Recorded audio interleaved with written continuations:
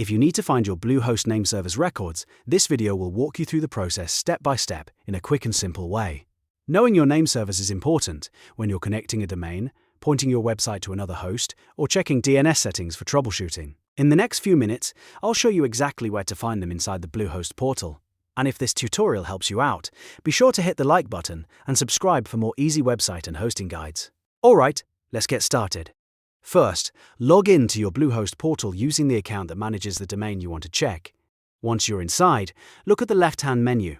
You'll see a section labeled Domains, and that's where you want to go next. Click on Domains to open your domain management area. Now you'll see a list of the domains connected to your Bluehost account. Find the domain you want to check and select it. If you manage more than one domain, make sure you click the correct one so you're viewing the right DNS information. After selecting the domain, look for the Nameserver section or tab. This is where Bluehost shows the assigned nameserver addresses for that domain. In most cases, you'll see 2 nameserver records listed there. These are the values you may need if you're connecting your domain to another service or verifying where your DNS is being handled. Take a moment to copy the nameservers exactly as they appear. It's important to enter them correctly if you plan to use them somewhere else, because even a small typo can cause your website or email to stop working properly. If you're not making changes, this is still a useful place to confirm that your domain is pointing where you expect it to.